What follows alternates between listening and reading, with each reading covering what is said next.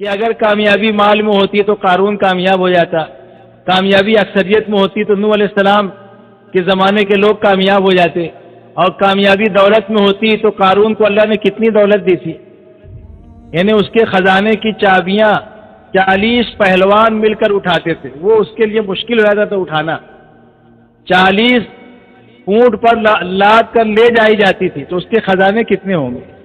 اس نے زکوٰۃ دینے سے انکار کر دیا، موسیٰ علیہ السلام کی بات نہیں مانی تو اللہ تعالیٰ نے زمین میں دھسا دیا۔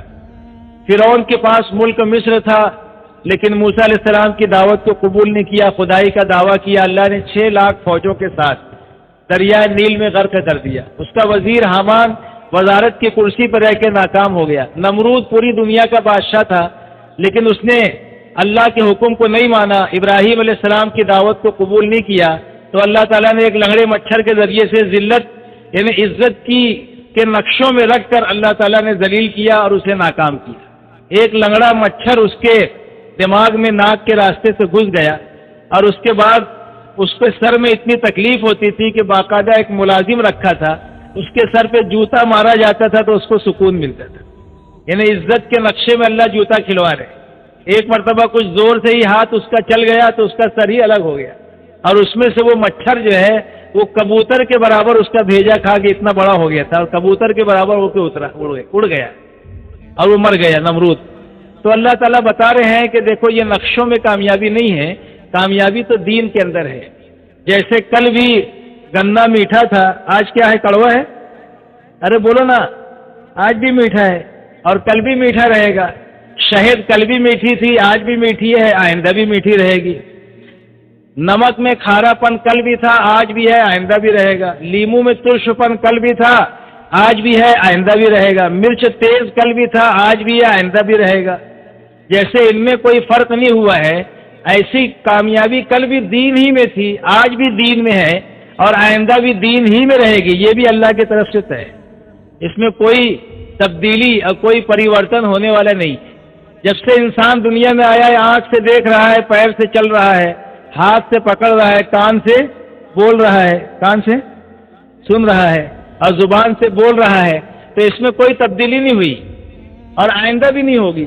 تو بالکل اسی طریقے سے کامیابی کل بھی دین میں تھی، آج بھی دین میں ہے، آئندہ بھی دین ہی میں رہے گی۔ اب مسئلہ یہ ہے کہ دین جس میں اللہ نے کامیابی رکھی ہے وہ کس چیز کا نام ہے؟ آیا جس کو میں نے دین سمجھا وہ دین ہے، یا جو دین اللہ تعالیٰ نے اپنے نبی کے ذریعے سے ہم تک کے پہنچایا ہے وہ دین ہے؟ تو ہمیں یہی فیصلہ کرنا ہوگا کہ دین تو اصل وہی ہے جو اللہ تعالیٰ نے اپنے نبی محمد الرسول اللہ صلی اللہ علیہ وسلم کے ذریعے سے ہم تک کے پہنچایا ہے، وہ اصل دین ہے۔ وہ دین اپنی زندگی میں آ جائے۔ آج ہم نے دین کو چند چیزوں میں محدود کر لیا، جیسے جمعہ کی 2 رکعت نماز، عید بقرعید کا تہوار، رمضان المبارک کے روزے، ہماری ختنہ ہوئی ہے، ہم گوشت کھاتے ہیں، بس یہ چند چیزوں کی وجہ سے ہم مسلمان کہلاتے ہیں۔ ہمارا نام عبداللہ عبد الرحمن ہے، حالانکہ مسلمان وہ ہے جو پیدائش سے لے کے موت تک خدا کے حکم اور نبی کے طریقے کا پابند ہو، اسے مسلمان کہتے ہیں۔ اور دین چند چیزوں کا نام نہیں ہے، دین تو مجموعہ ہے کئی چیزوں کا۔ جیسے ہم لوگ مثال کے طور پر چائے بناتے ہیں نا، چائے تو اس میں کیا کیا ہوتا ہے؟ دودھ ہوتا ہے، اور کیا ہوتی ہے؟ شکر ہوتی ہے، اور چائے کی پتی اور ڈیزل ہوتا ہے۔ کیا ہوتا ہے؟ پانی رہتا ہے۔ اچھا، پانی۔ تو یہ 4 چیزوں کا مجموعہ چائے کہلاتا ہے۔ اگر کوئی پانی لے کے کہے کہ بھائی میرے پاس چائے ہے، تو ہم کہیں گے بھائی یہ تو پانی ہے جس سے چائے بنتی ہے۔ کوئی شکر لے کر، کوئی چائے کی پتی لے کر، کوئی دودھ لے کر، تو ہم اس کے جواب میں کہیں گے بھائی یہ دودھ ہے، یہ چائے کی پتی ہے، یہ سب مل کر چائے بنتی ہے نا۔ تو بالکل اسی طرح دین جو ہے صرف جمعہ کی 2 رکعت نماز کا نام نہیں ہے، یا دین چند چیزوں کو یا چند عبادتوں کو کر لینے کا نام دین نہیں ہے۔ دین تو 5 چیزوں کا مجموعہ ہے جس پر اللہ نے کامیابی کا مدار رکھا ہے۔ کتنی چیزوں کا بولو؟ 5۔ اصل میں مثال سے بات سمجھ میں آتی ہے، اس لیے مثال دینی پڑتی ہے۔ ایک اور مثال سن لو، اس کے بعد سن لینا کہ دین کسے کہتے ہیں۔